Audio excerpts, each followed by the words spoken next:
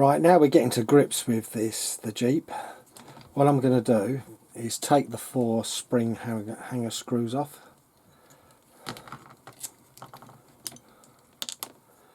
There's a collar inside, so don't lose them. This will give us the axle completely off to work on. So much simpler.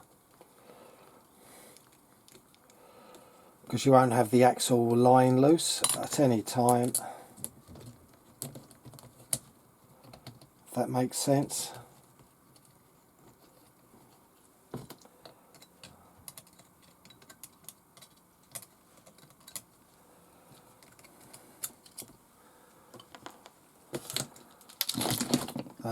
We will just release the shock absorbers from the bottom of the spring, and we'll worry about fitting them later on.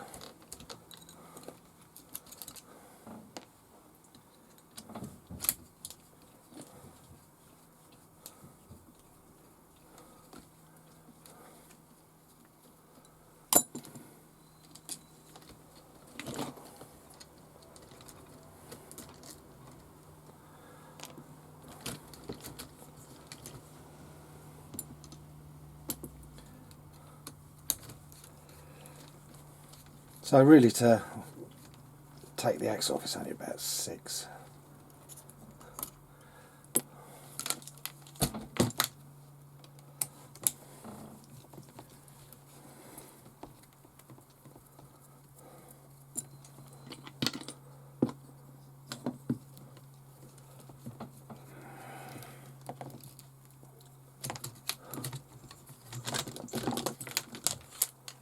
And there we go, we can put the bulk of the car out of the way now.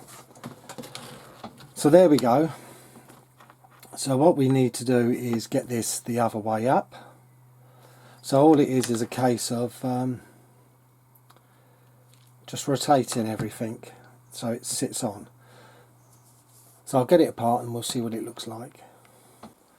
Well, I've removed the 4 nuts and just ease off the plastic bracket. Seems to be a lot of excess plastic for no reason. The centre one, yeah, but not on here. It's a bit tidier. Then we'll lift all the spring section off and drop the U-bolts.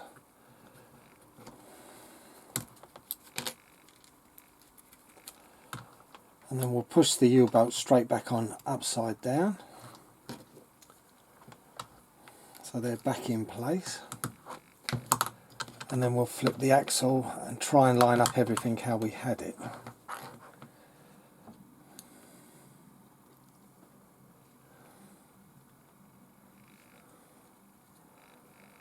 So basically that would go back on in between. Yes, it's not hard, it's just literally on the other side. But what we're going to do is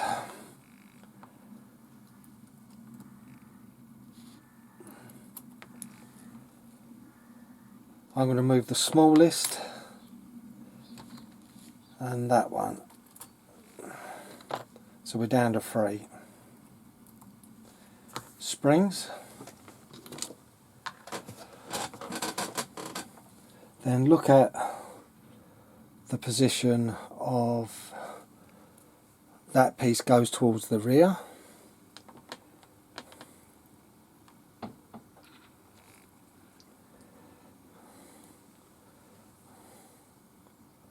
Actually, that bit of plastic can come off. I don't get it. There we go. And just try and wiggle it all back together. Actually, what I might do is fit that first, the 3 bits, so it holds your springs like so. And then we'll put it on.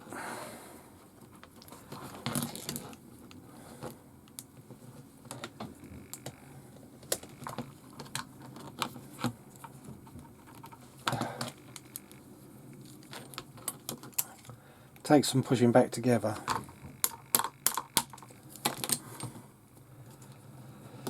But we are there, and we'll wind it up and see how well this fits. Have we got a problem?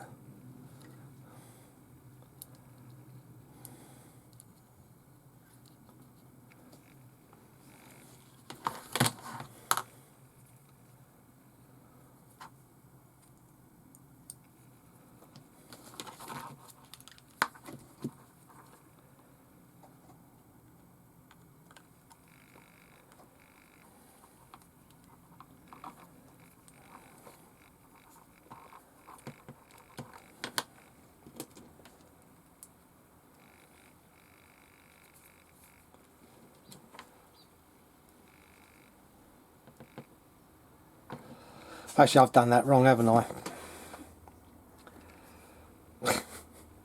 Can you see the mistake? Back apart, start again. I put the springs on the wrong way up. My mistake.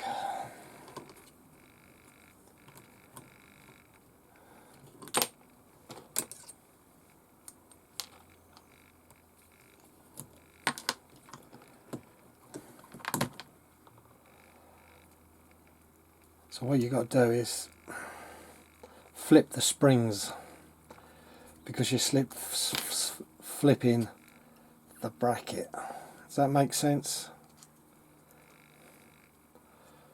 Now it should be correct.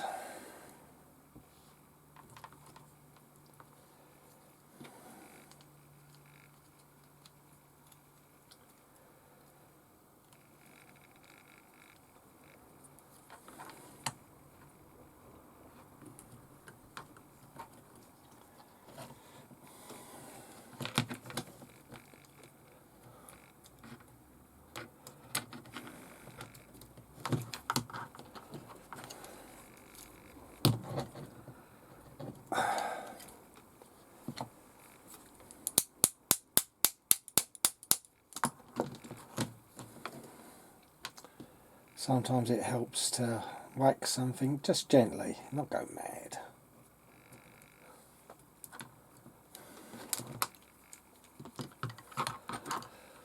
But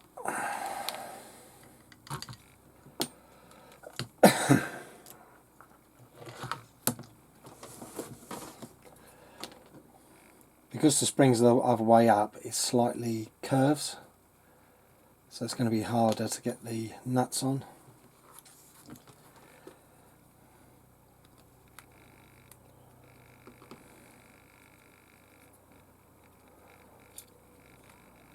Once they're started, it's not a problem, but it's that initial start.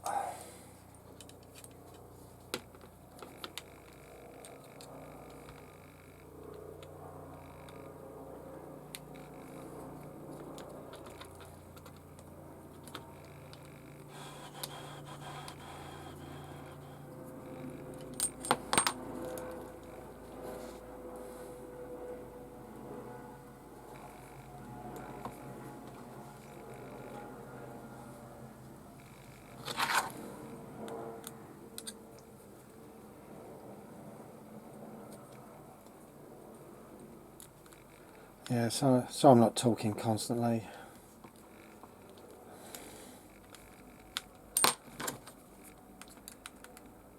There we go, it's going together nicely.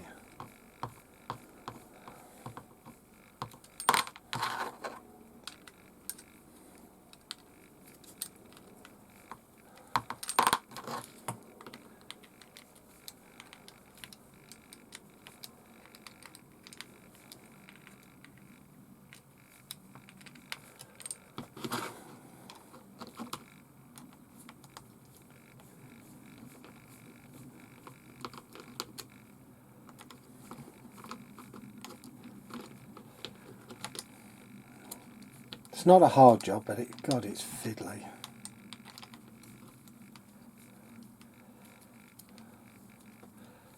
I don't know how tight to go, but like I said, I've only removed 2 springs, so I should still be able to tighten these down.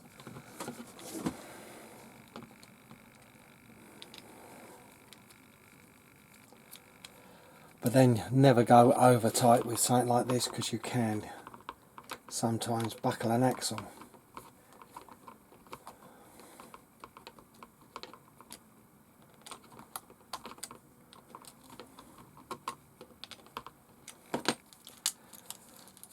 That seems pretty rigid to me, so I'm happy with that result.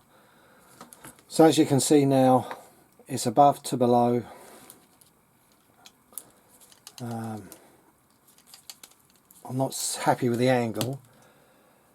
Something's not gone quite to plan, so I'll have it apart again, but I'll get it right, but I'll show you once it's done. Yeah, when flipping the blocks, that centre block, just take it from underneath and put it upwards. It stays in the same orientation. And the same as that one, it just flips over. So that's on top. So we're happy with that now. So next is just repeat and refit it, and I'll do the front ones as well, because you've seen one side done. It's all the same. It's just a case of me realigning up the suspension. But like I said, for now, all I've done is I've removed 2 springs, so it still does up top nice and tight. Because if you do 3, you've got to start adding washers and things. Well, I'm working on getting the shocks to rework, but you can't fit them there because they're too short. So I'm going to reverse the bracket and put them forwards. Trial and error this, but I will get there. Now the shocks are done with the suspension, but they're working to a fashion. I haven't done this side yet, but you've got a short movement.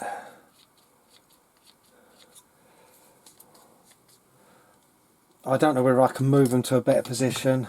I just might be able to take them further back. You know what I'm saying? See, what would be ideal is if that was lower where you mounted onto. But because we've changed it so much, I don't think we can. Shame there weren't a mount on the thing and all that. But we have the advantage now that we can sort the steering out. We've got plenty of room. First of all, we've got to put spacer and longer screw and bring this up to clear. You know, it's not going to be good. So that'll be the first job, and then the second one is somebody moved the servo to underneath, so it looks like you've got to drill through to do it. I might do that. I'll have a look first, but I'm not going to rush into anything. But it would make the position of the steering arm much nicer, but then you could use this different steering arm and keep the servo in the same place. You know, it swings and roundabouts.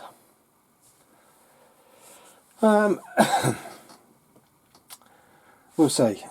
Like I said, I'm still experimenting at the moment, still getting the suspension to work, because all I can do with this at the moment is move it diagonally backwards.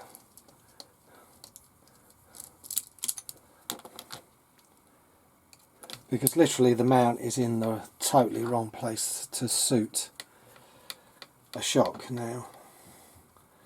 The rears didn't work out too bad, but I'm getting a lot of stiction with the rear suspension.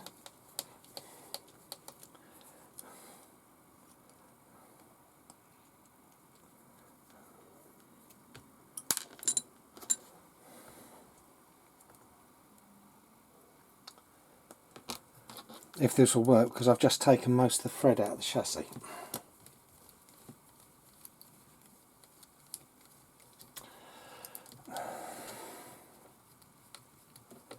We can't shift it, so I'm going to take the front shocks off. I'm going to lose them. They're not beneficial. But look, see, there's the plastic.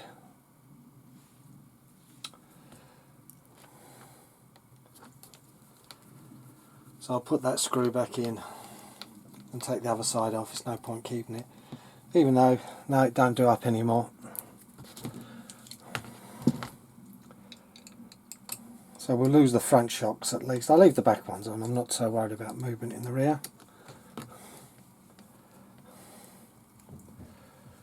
But if I did do it in future, I probably would have to drill through and put a longer screw. Well, with all this chaos of wires and all that, I'm just going to poke them in and I'm going to lay the top on. and then hopefully we can get it all to go into place before we start screwing the underneath on. Yeah, I'm happy with that. It's a mess, but I've got one wire repair. That was totally my mistake, but I will solder it back together.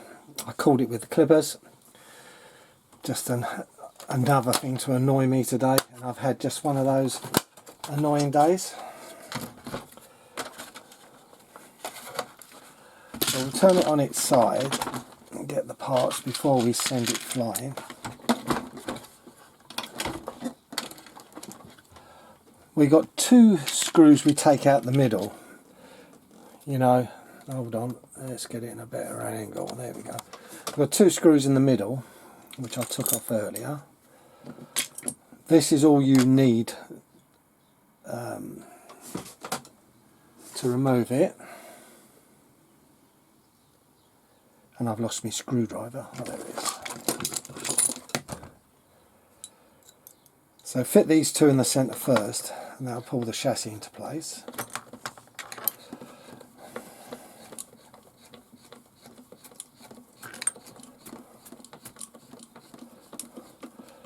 So far to get the chassis off is pull in the wires and 2 screws. Because you don't have to disconnect the steering this method at all. And then we've got 2 screws the same size as those ones, so we'll stick with those, and they go up at the front and they're in slots. You don't really have to take these all the way out. You could just loosen them, but I didn't know at the time, and that's the thing, you don't know. But the thing is, now I know what I need to remove.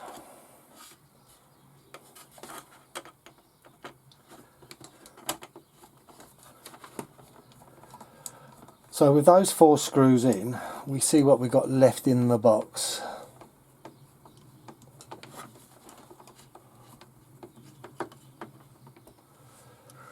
We've got, at the front, 2 countersunk. Because the other one are for the wheel nuts, the little one, so we know that it's not. So we're up to 6 screws. And these 2, of course we're changing sizes again, just 2 little countersunk ones.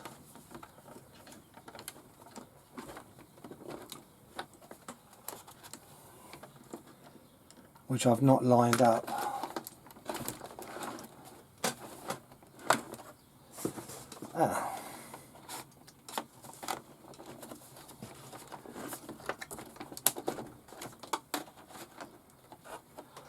Oh, we've hit a problem. They go behind the bumper. So we take it apart.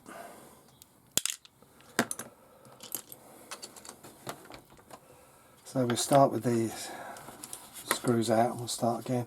I didn't know it hooked in the front, and the trouble is, once you put the chassis on, you can't do it. And hence why the screws are not lining up at all.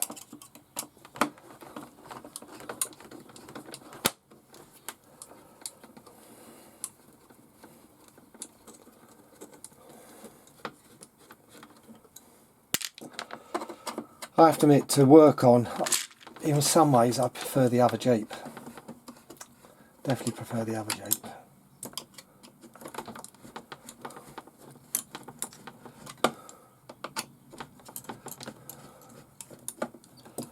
There we go, back out. So now we've got to lift and get the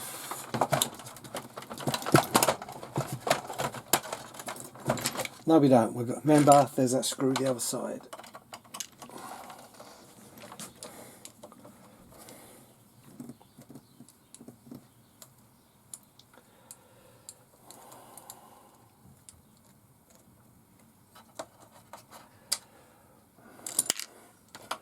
So we lift.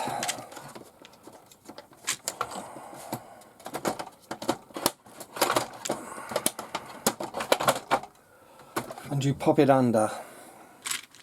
At least we know that now. Oh, I know it for next time. So I'm going to just go back to putting the screws in as we go. So we'll start again. The two at the side in the inner arches.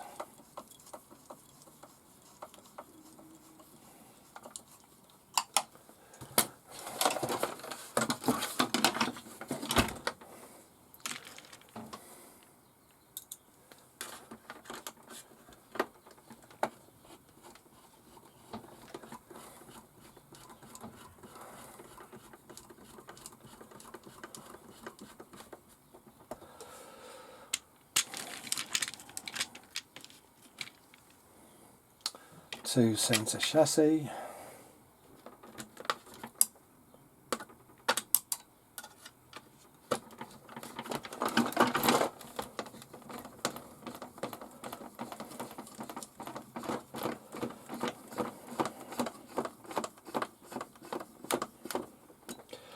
Well, where I said this is harder to work on, when it comes to painting, it'll be easier to strip down because you can take the body right off. There we go. Change to a 2, and we've got the 2 countersunks, like I said, in the front, which should now screw in. There we go. That made all the difference. So don't forget to hook that front in like I did.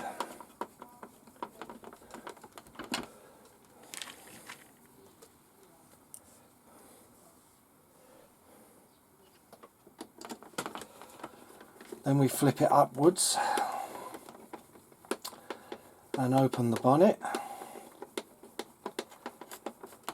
for screws 7 and 8.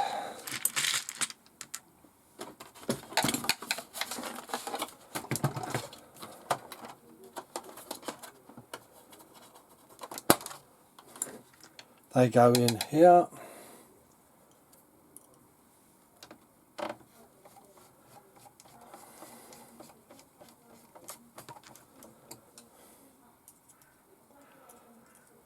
So once that's done, flip it towards the back. We've got a few more to go. Let's see. We got 2 countersunk, so we'll do them first. Oh, and then we got the 2 in the bumper corners. So put these in. So to remove this chassis, we're up to, what were we up to? These are 10, 8, 9 and screw 9 and 10.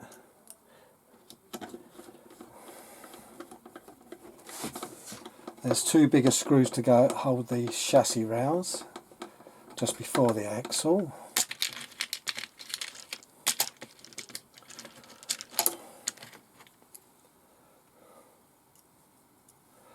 So we're back to a bigger screw for a sec.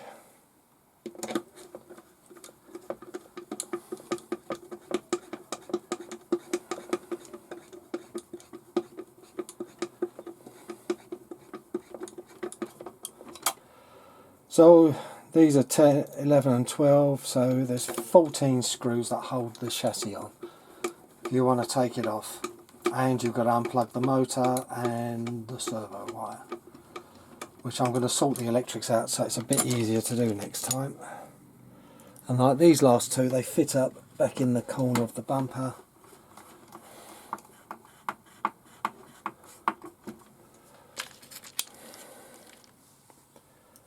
Like so.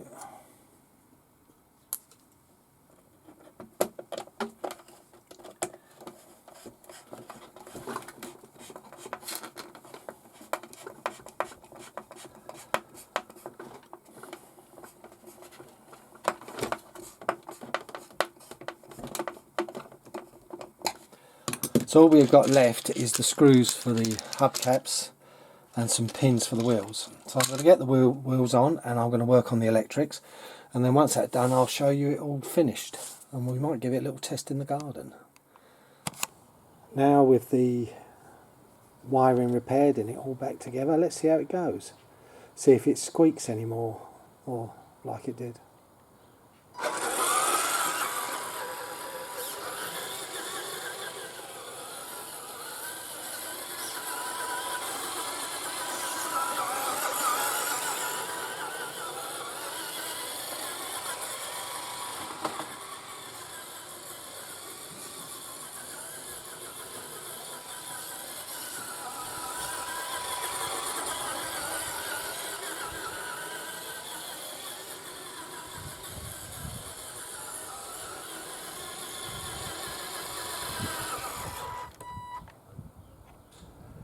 Oh, there we go, it works.